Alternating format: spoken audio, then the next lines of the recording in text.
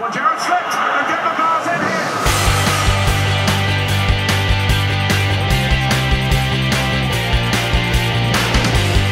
It's Rodriguez again. It's a stunning volley.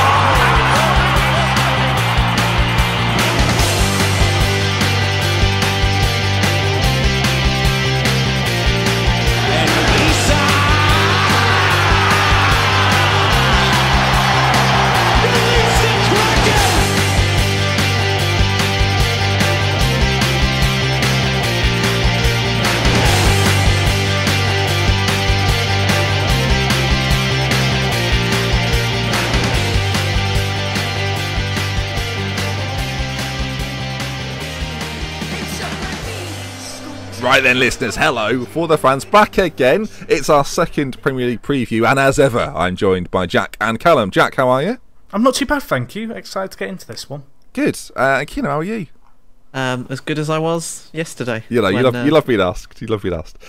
Now then, today's show, we're going to be looking at Crystal Palace, Alan Pardew's men, Everton under Ronald Koeman, Hull City. Oh, Hull. And Leicester City, the champions. We'll be talking about them a little bit later on. Now then, boys, before we carry on, let's talk about the fantasy football team we've got lined up. For the Fantasy is back again. There'll be a link in the description. If you want the number to the code, I mean, shall I say it on the podcast? Say it now for the podcast listeners, or you can go to @ForTheFans on Twitter. Yeah, if you've got your pen at the ready, our code is 10446255510. Now, because iTunes and YouTube are good, you can go back and listen to that again. So don't say, didn't quite catch that, can you say it in the next podcast? You just go back and listen. Now then, that's stuff for the fantasy. Jack, have you got any team, just quickly? Well, it's constantly changing and evolving. Evolving, excellent. But we've got De Gea, Luke Shaw. I'm back in the United defence. But we have got a few players like Redmond and Jordan Ibe in the midfield. You know, oh, he's afraid. Young English players going to new clubs, hopefully getting more football. He's got a bit of everything, listeners. He's got a bit of everything. Right then, let's crack on with Crystal Palace today. They're the first team we're going to spotlight. FA Cup finalists last season. Alan Pardew did a lovely dance. Will he be dancing this season, though? That's the question. They've made a couple of signings as well. Andros Townsend for £13 million. James Tompkins from London rivals West Ham United. And Steve Mandanda, the experienced French goalkeeper, also signed too. Solid signings. Good signings, actually, as well. Signings that I think make sense for that side, Jack. Yeah, I really like the acquisition of Mandanda. I was surprised he left Marseille. I feel like he only had a year left on his contract, and he is getting on just a little bit. But even so, that's a really good goalkeeper. You know, he's really built up a solid reputation in France. And I'm excited to see what he can do in the Premier League, because there's been players like him come over and really have an impact in English football. Obviously, Townsend, a massive, massive addition. £13 million, I think, was a release clause paid. I feel like Townsend has some questions to be answered. Of course, he was kind of touted as having an outside chance in the England squad. Didn't happen. But well, he was 50-50 to go, wasn't he? Well, yeah, exactly. I think there's clearly going to be a bit of him wanting to prove himself this year after what was an interesting spell, shall we say, at Newcastle United. And I think Tompkins at £10 million is a large fee, certainly, but I think it's the kind of fee that will please both teams in terms of Palace have a really good centre-back there, and West Ham United get £10 million for a player who definitely wasn't core to kind of their starting 11 last year. Yeah, I think with Tompkins, that's kind of something that we kind of touched on it a few times. I'm sure we'll mention it again in future shows. Is that a few years ago it would have probably been like a 5 or 6 million. That now becomes a £10 million transfer, and it seems a little bit more weighty. But actually, if you'd have said we've got him for 4 or 5 million, you'd probably go, yeah, that's about right for him. But in the current climate, as you'd say, 10 million is probably about right. And I think him and Scott Dan might form quite a trusted partnership there. I think it's certainly something to build from. Keno, last year, Crystal Palace's problem was arguably they didn't score enough goals. You may notice from their current signings, and I mean, they're rumoured to get Benteke for £30 million. That says a lot about how it is right now. But they don't really have that trusted out-and-out striker. Connor Wickham obviously was their big money transfer a couple of seasons ago, but is that, again, a concern for you that they don't have it? I remember I spoke to a Palace fan last year that said, we'll do all right this season, but we don't really have anyone to score goals. And that rang true. That they didn't have anyone to score goals, and they don't necessarily have that this year either. Shamak and Adebayor are both left. Can we just go, and Gale for 10 million. And Dwight Gale's going for 10 million, of course. I think, in answer to your question, I think that is the thing that they haven't addressed, but they have addressed everything else quite well. I think that for Palace this summer, it was more about getting rid of some of the deadwood, sort of streamlining their squad a little bit and making a few more choice additions than it was about really sort of building a new side. I think they did a lot of their big business last summer, made a lot of marquee signings, players like Cabaye, who made a big difference.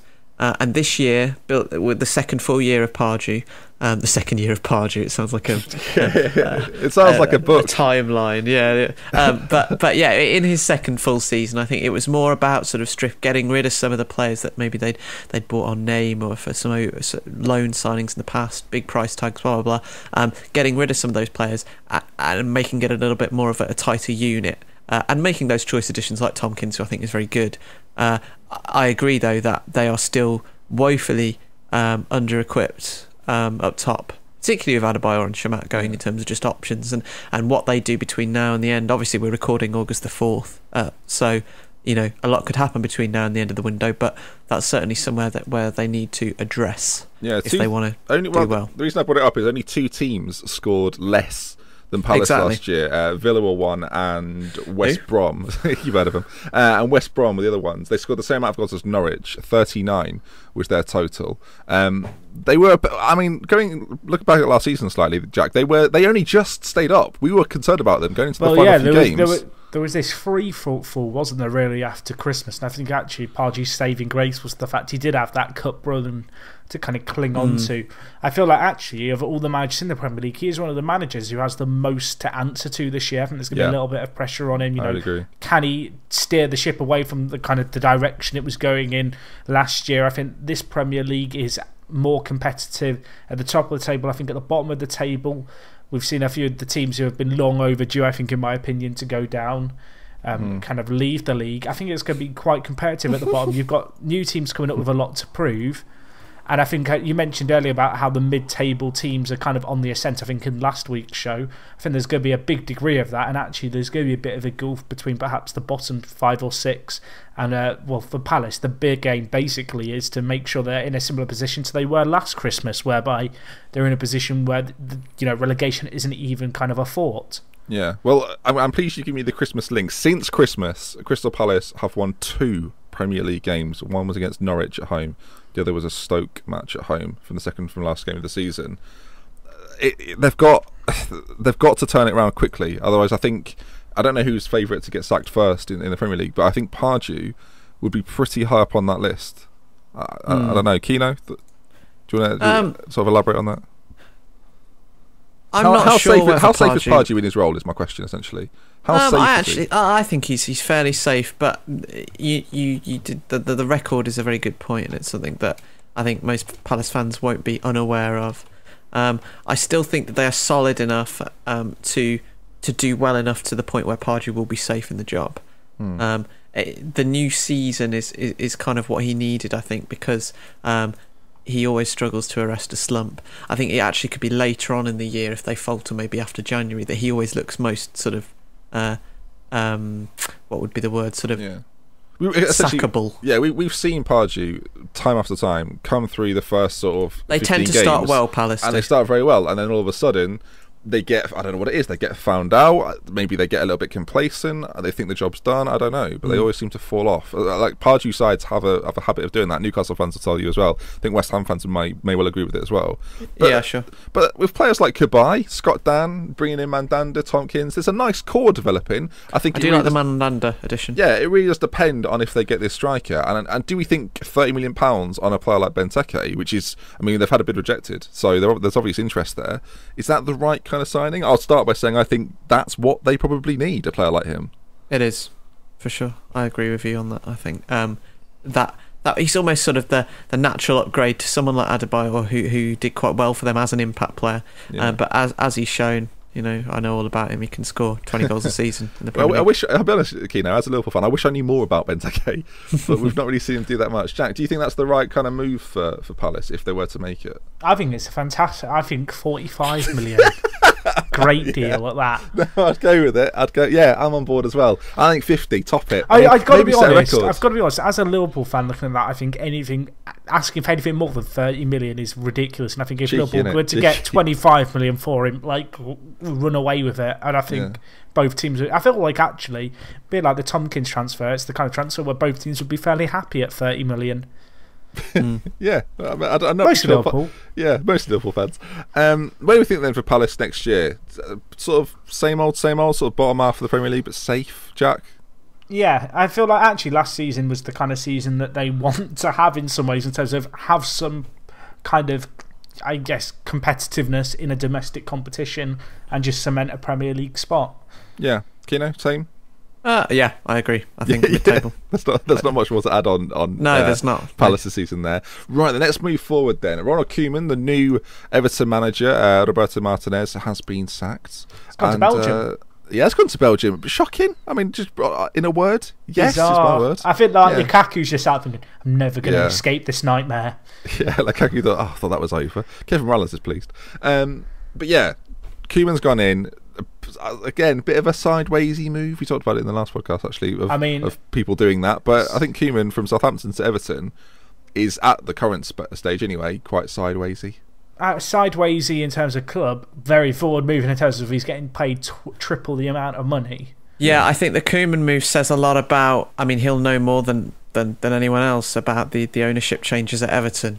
Put it this way, I don't think I would have seen him going there if the status quo had remained with Ken Wright and the sort of the relative lack of funds that Everton have had. I think the fact that he's moved there and he moved very early suggests that, I know they're not majority, like full control of the club, but the new financial interests at Everton obviously had a big impact, and I think that bodes quite well for Everton fans. Can I just say, I feel like a lot of Southampton fans are a little bit surprised by this. Ronald Koeman is a pardon my French, he's a mercenary. Excuse me. He's a mercenary. He's played for PSV, Ajax and Feyenoord. I think there's only 2 or 3 players in the history who've played for those 3 Dutch giants. He's one of them. All about the money. And this move has really showed him up. All right, Jack. What's Ron Koeman done to you? I don't know. I just don't. I thought I was not expecting when we started this for Jack to have a Ronald Koeman rant. But you've got him there. Dear Ronald. He's a Twitter user. I mean, Jack's probably got him blocked. All I'm saying is that he's a bit of a mercenary, and it actually disappoints me to see a manager like him who was making progress at Southampton. The team who have already been burned. Yeah. And he's gone and left them, a bit like Sadio Mane, who of course we'll touch upon later. Do you know what's happened? Southampton or Liverpool show. It's that Liverpool have signed so many Southampton players. Jack now just thinks that he supports Southampton, and he's very aggrieved by this move by Koeman, especially going to Everton. But I think, sort of speaking a little bit more casually, Jack, about Koeman, I think we can all agree it's a great appointment by Everton. To get him in, if he can do what he's done with Southampton, then that's just what they're looking for. And I guess the sales for Everton are going to be the big question mark. You know, Lukaku and Stones are both rumoured to have big money moves. Stones to City, of course. Lukaku back to Chelsea. Does their season kind of depend on what happens with this? I feel as though the earlier that those moves happen, if they do, the better, because if they happen late in the window, it could really derail Everton's start of the season and Koeman's, beginning as an Everton manager. It could have a really serious impact, not so much maybe in terms of personnel, but also kind of the mentality of the squad. So the earlier that those moves happen, I think the better for all parties. Yeah. They'd get over 100 million. For both, they would do combined, they'd get over 100 million. But it has to happen early enough to the point where they can properly use that. Well, it does seem like they're already making moves, doesn't it? They've been trying to tap up Ashley Williams at Swansea. They have, and I imagine they are looking for that Lukaku replacement, because I think the rumoured amount that's been laid on the table is like £63 million, which is mental. Stones have said 50. Like, in the current climate, young English talent, you kind of look at it and you go, "Oh, go on then, City. If you make your move." They did it with Sterling. Like, they probably value Stones in a very similar way to how Liverpool did Sterling.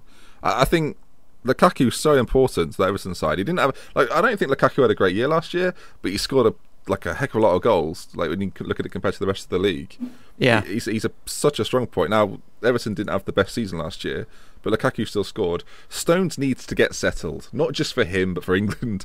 And I think the move is going to happen at some point. Is it just better for it to happen earlier, or are Everton reliant upon those players so much that they just don't want to let them go? And I think he's certainly ready to make that move, but it just, as you say, it needs to happen. And the more uncertainty there is, the worse it is for both teams. It needs to happen. You don't want to see Everton go into the final week of the window, have all this money to spend, and then everyone knows they've got this money. That is the problem for Everton right now. That every player they go after will go up 5-10 million because they know that they've got the money. It must be a tad uncomfortable. But they have signed Idris Gueye, Kino, who you can tell us about. Is that the right kind of move for Everton? Is that the kind of player they missed last season? I think Koeman may actually have shown interest in him while he was at Southampton. I think it's a good move for any team signing someone like him, because while he doesn't offer a huge amount going forward, much lauded sort of attacking statistics, defensive statistics, and how many interceptions he made and stuff. He was never great on the ball for us. I think held back a little bit by the rest of the personnel. But yeah, he'd be an upgrade for any sort of team at that level, So no real problems with that. Do you think 7 million was around the fee? Do you think that's right, wrong? Yeah, I mean, we paid 9 for him, and that was after he'd been into the League One team of the season in France and had a really good year for Lille. So just about right, really, and recoup much of our price on him. I think when you look at other players, a bit of a bargain, I would say. Could be one of the hidden gems of the season. I guess slightly sad news in a way, because when you think of these 4 players, you kind of think of Everton, don't you? Pienaar, Osman, Hibbert and Howard have all left. It's sort of there's a bit of an Tim Howard's gone to America, but I feel like he signed a 2 or 3 year deal, which seems mad. I think they've just all decided that Tim Howard actually isn't that good anymore, so he's just gone to the Colorado Rapids. Yeah, I think that's what's happened. I mean, he's getting a big payday. I think he's one of the highest earning American players. He's on a 3-year deal, and he's 40 something. Where do you think then, Everton? Probably they're one of the most difficult teams to predict because there's so much that could go on. But I think around sort of the 8th, 9th, 10th, I could see Southampton just finishing ahead of them, and that being a bit of a talking point. But I feel like it went under the radar just how poor Everton were last year in a lot of ways. They threw away them. I slagged Martinez pretty late on. They threw away so many leads from winning positions, and it's going to be interesting to see if Koeman can change that. I feel like lots of new faces kind of coming in. I think there's probably going to be more coming in as well. I definitely think, of course, we are recording on the 4th of August. I think there's going to be more transfers that do happen here at Everton. I think going into the season, they'll look at top half. I feel like that might be a bit away from them, if I'm honest. I'm thinking 12th or 13th. Really? Wow, Kino? I think they'll finish higher than that. I think that's a bit negative, but I do think Kino, you thought Villa were going to finish mid-table. So I might be negative. We'll never let it go. These aren't my team, Jack. I'm coming at it from an objective standpoint. I think Everton will be in the top half. But just how well they do and how quickly they settle into Koeman's style will be depending on how whether Stones and Lukaku leave. I know I said it earlier, and B, how early they leave, because it could have a hugely destabilising effect on the team if they leave 4 or 5 days before the start of the season. So it's all down to that. I might have said they finished top half, but I don't like Koeman, so. We've just learnt that, shockingly. That very clear. It was shocking. It was a shocking outburst from the space of one. I'll go 9th. I think they're about there. They're not overly dissimilar to Stoke, actually. I think they're I agree with that. Quite reasonably matched. Let's move on then. Now, in the last preview show, I sort of teased who I thought would come bottom, and I even said that they may well set a record for the lowest points tally ever in the Premier League. It's very easy to read out the entire Hull team. I won't, but Hull City, currently without a manager, after Steve Bruce left in what seems like bizarre circumstances. Does anyone want to take a lead on this? Because I will take a lead on this. Take a lead, Jack. Hull City have been run into the ground over the last few years. I think a big kind of example of this was the playoff final, where you saw how few of their fans were actually at the playoff final. Their club has been run into the ground. Their fans have been driven away from the club. The ownership is currently in the process of trying to sell the club. They're asking for more money than the team's worth because, of course, they got promoted, which they were licking their lips at. Bruce has gone in there. He's tried to, obviously, he's taken this Hull side to Europe. They've gone down. They've stuck with him. He's brought them back up. And he's left based on the fact the owners have basically turned to him and have gone, we're selling the club. You're not having any money this year. Free transfers it is. And that is the whole kind of summer. And Steve Bruce has gone, I've had enough of this. I'm out. They've lost some of their big players now to Newcastle and Diame, who was the guy who scored the winner in the playoff final. Yeah. Hull City, like I went to the University of Hull. I like Hull. It's not as bad as people make it out the city. Your and alma mater. I know a lot of Hull fans, and it's such a sad story there. And the fact that the Premier League spotlight is now going to be cast on this club, I think, is only a negative thing for them, because there was a lot of this negativity kind of floating around the club and surrounding the club when they were in the Championship. And the Premier League is only going to further compound their misery, I think. And this year is, it's going to be an interesting one for them. I think it all depends on, can they get the owners to sell the club? Will the owners sell the club? Because they're asking for so much money, and obviously it's good. I could see them not being sold until January, if that, where the owners go, hang on a minute, we're getting relegated, the club value is about to go down. There's no buyers lined up. I think there was an American consortium linked at one point. They've pulled out. And Tim Howard. All in all, it's a really sad state of affairs for Hull City, because they're a club who we are familiar with being in the Premier League. I mentioned the fact they've been in Europe. And this really should be a story about a team who have fought back to be in the Premier League this year. And instead, it's a story about how they only have 13 players in their first team. And they had Jake Livermore playing centre-back in yesterday's game. Yeah, it's a situation. Did I cover that okay? I feel like I feel like Jack did well there, Keenan. It's not much more to add on what Jack said. It's like our Hull football correspondent. Yeah, I mean, again, Jack, if you want to support Hull this season as sort of a secondary fan, then that'd be great. They've got, I think, if they had a bigger squad with especially if they had more players, their squad looks okay as it is right now, but it looks so threadbare. And if what you say is right, in that the owners aren't willing to pump any money into the team, no wonder Bruce left. It must be incredibly frustrating having targets that you can't hit any of them. Can I just say, the thing I love about this is the fact Steve Bruce's son still plays for the club. I wanted it to be, like when your dad runs the football team, he goes, well, I'm leaving and so's my son. Takes him to the neighbouring village. Actually, I'd love it if managers who had good sons just took them where they went. That was part of it. But then what you'd get is like Lionel Messi's dad would just become a manager, and then people would be like, "Well, come on then, let's get his dad in." His dad would be in charge of City in like 2 years' time. Oh dear heavens! But there's some okay players there. Snodgrass is a decent enough player. Huddleston, I think we've seen a lot of him in the Premier League before. Decent player. Michael Dawson, their captain, again decent player. Curtis Davis, another one. But as I said before, you can't really win a match with 6 players, and I think this could be like Jack. You kind of made me feel even more confident about my prediction. I think this could be. Should I say something outrageous? Might not win a game. Single figures.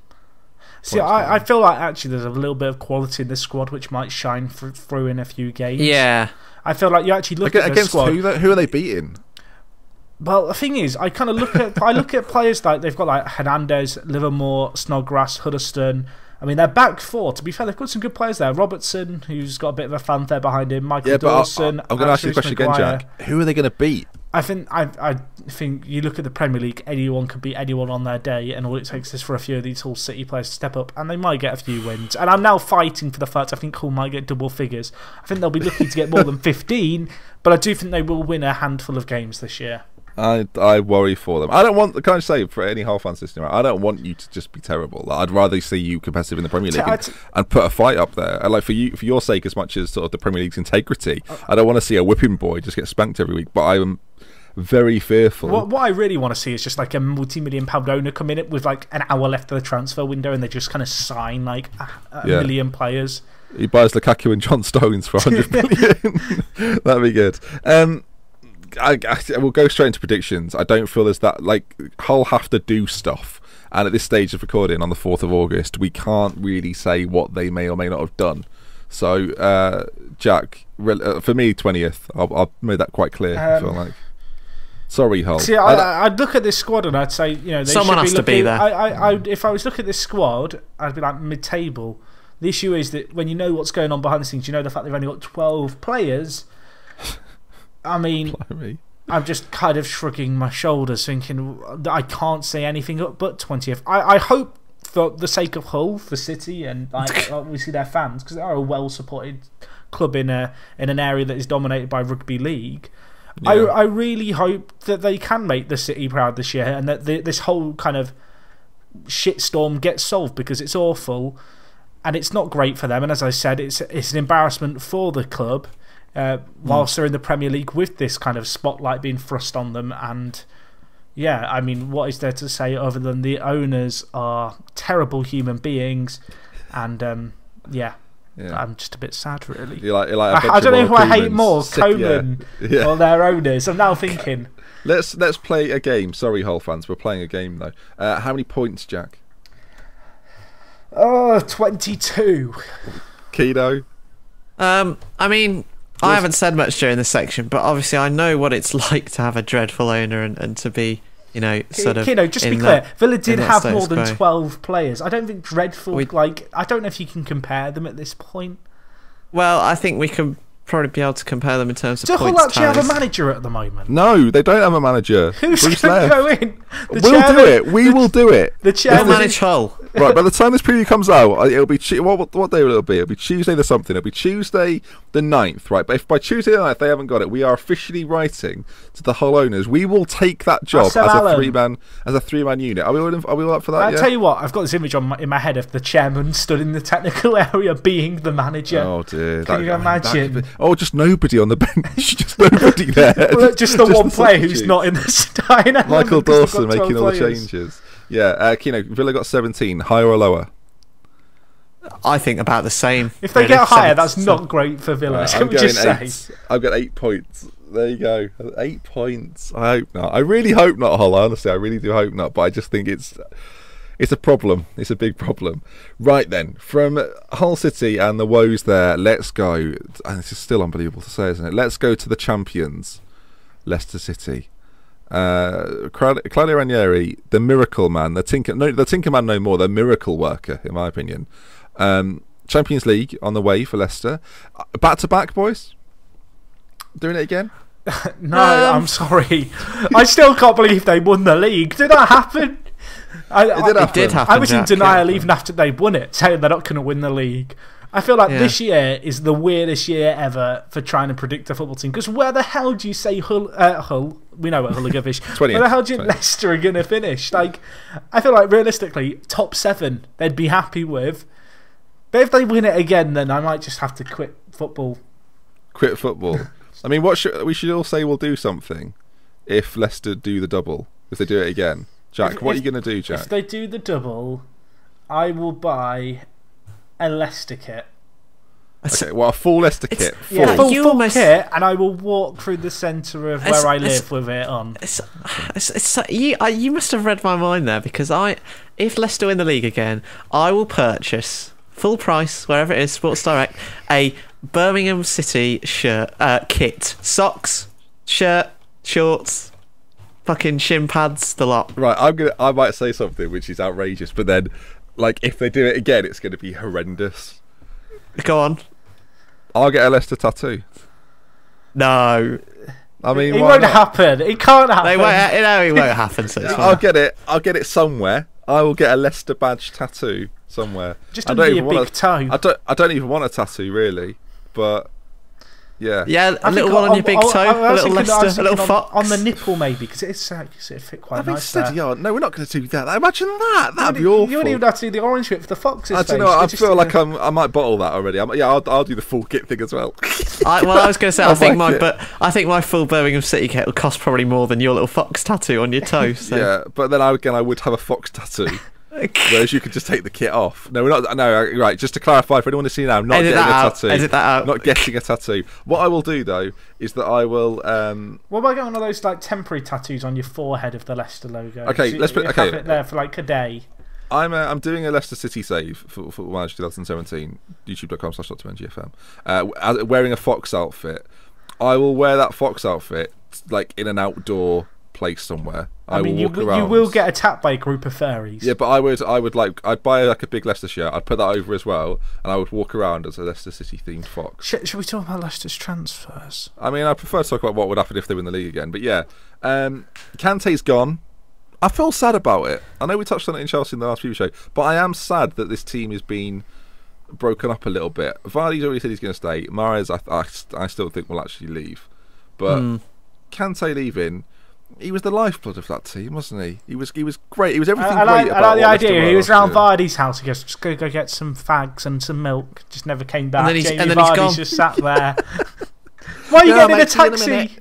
Yeah, Jamie Vardy's got quite a high voice, so I tried to do an impression there. But yeah, so he's left. They've obviously brought in Mendy from, oh God, someone help me. Where was it from? It was from Nice. Nice. Nice. Who was rumoured to be like a very similar player. Now, I think if you told anyone last year that Kante was going to be this fantastic £30 million player within a year, would have all gone, he was worth 400k, mate. What are you on about? But this is the guy that obviously has been brought in to do the exact same role that Kante did. So if he can do that, then good, because that's essentially what Leicester now need. Musa seems like a really smart signing. Very, very astute signing, and he has a knack for goals. Not always playing it as a number 9 either, and he can still score a lot of goals. Did he have a really good game against Argentina in the last World Cup? He did have some good. He's just scored against Barca in pre-season as well. He did. That was a great goal as well. Yeah, it was a good goal. So yeah, I think it's going to be interesting to see what happens with Leicester. I like. It is impossible to talk about. It's very strange, isn't it, that a team that have won the league in the manner in which they won it, like it doesn't feel like they didn't win it by fluke. They won it because they were just the best team. They just never lost. They were quite literally, the best team, and they may well be the best team again. I don't know. I don't know what to say about them. It's bizarre that you can kind of look at their team. It's impossible to predict, because if they come sort of 12th, no one sits here shocked.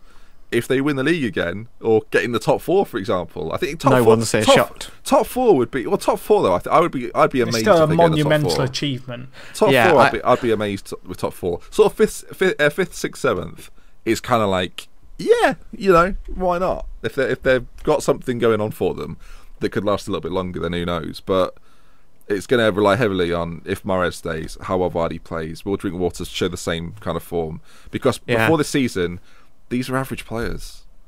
All of them were. And now they've all got Premier League winners' medals. Can I have a little rant? I hate the fact Leicester have signed... Going back to Koeman again? No. I hate the fact Leicester have signed a load of players, and I want to kind of look at these transfers and try and, gauge some opinions from it. But they've not actually announced how much any of the players were bought for.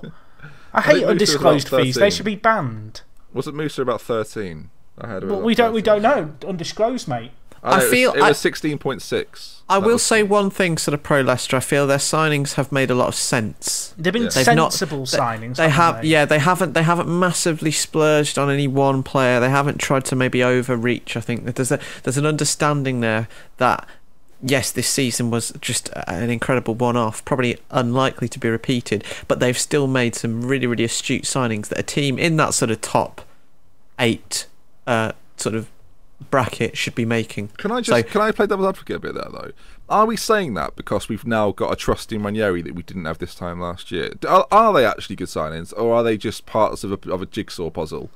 I think a player like Ahmed Musa is a sort of an objectively good signing. Argentina in that game, I checked. He did, but he's an objectively a good signing. Yeah, for any team, I think. Yeah, for me, it's their back line. If Simpson, Morgan, Huth, and Fuchs, isn't it? Yeah. If those, and Schmeichel of course as well, if those 5 have a similar season, then top 10 is easily attainable because of how well they played last year. Like, they know they can do it. That's the difference this year, isn't it? They know they can do it. Whereas last year it was, can we do it?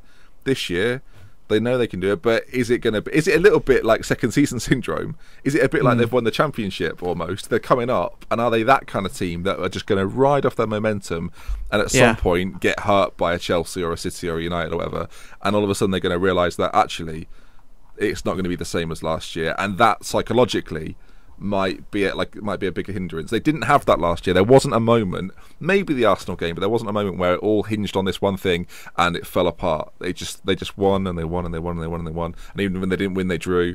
And it was just the amount of momentum they have. How long can that go on for? And when it gets hurt, like properly hurt, by which I mean they lose 2 or 3 in a row, like what happens then? Because that's then we're going to have to see a different Leicester team. We're going to have to see a different Claudio Ranieri. And It's all fine and dandy when you're winning, and it's easy to keep the morale high, and it's easy to keep the team spirit high, and loads was made about that last year because of how successful they were. But without that, do you know what I mean? There's going to be a big there's going to be a hit, exactly what you mean. And when that hit comes in, because you look at, we've talked about it a lot, this could be one of the strongest Premier Leagues, the most competitive Premier Leagues we've seen ever, and Leicester, as this unknown quantity, are literally going to go one of two ways. They're going to be up there again, sort of top 7, which I think is sort of the new category, isn't it? Top 7, or they're going to get hit hard at some point and falter, and it's going to be. Well, I think it's where players it's the signings of players like Musa, who's a little bit more of a kind of consistent sort of quality player, I think may actually be the right way to go. They've not sort of splurged on a big individual player, for instance. I will say, I've just seen who Leicester's first game of the season. Who are they playing? Opening weekend, Hull City. So I mean, well, that's a kind of one to find your range with, isn't it? Yeah, but then in their first sort of 7 games, they do play. They're away at Liverpool, away at Manchester United, and away at Chelsea. Their next away game after that is Tottenham. So I'm saying by the middle of October, we'll have a decent gauge on whereabouts Leicester are going to be. Definitely. So, and they play Arsenal on that as well. So it's going to be fascinating, and I hope for their sake. Again, similar to Hull, I want Leicester to do something magical again, because it was great watching it. So yeah, by all means, Leicester, give it another go. We'll order the kit. Right then, anyone else want to add any more on this? No. I guess predictions actually. Jack, where do you think Leicester will finish? If they keep Mahrez top 7, I'll say 6th. If they don't keep Mahrez, this is going to sound mental, but I think 14th. Oh, that's not mental. Because that's how it's that big, isn't it? Keno? I don't think Mahrez will be as huge a loss in that sense in terms of places, but I think it will definitely make a difference. I think I'll do it on that same basis as Jack. I think with Mahrez, they can definitely get top 8, actually, but I wouldn't want to say where. Maybe 8th. And then without him, they'll be struggling to get into the top half, I think. I would say, based on your the theory we've come up with, I got 8th and 11th. I think 8th with and 11th without. Yeah, we'll see. I agree with that. Yeah. Right then, that does wrap up our second Premier League preview. Next time round, keep an eye out for it. We've got Liverpool, Manchester City, Manchester United, and New Boys Middlesbrough. So stay tuned for that. Again, follow the fantasy football team if you like, or get on the fantasy football. 104462551. Jack, what was There'll it? be a link I've got to be below. honest, it makes it sound like you're planting sleeper agents when you're shouting more out like number codes really loud and quickly. I feel like I'm doing charity, like children in need. 104462551. Text help for the fans to sponsor. Help for the fans. Yeah. But no, that's the fantasy league. Get involved. We had loads of people do it last year, so yeah, get involved again. Jack's already doing his team. Right then, that does wrap us up. Callum, thank you for joining me. Thank you very much. Jack, pleasure as always. Yeah, thank you for having me. And from me, Ben. We'll see you again next time from For The Fan Show. Thank you for listening. Goodbye. It's a sculpture of a gold Benji. It's perfection. Keno, I think you're going to have to be calling for an oxygen mask over here, my friend.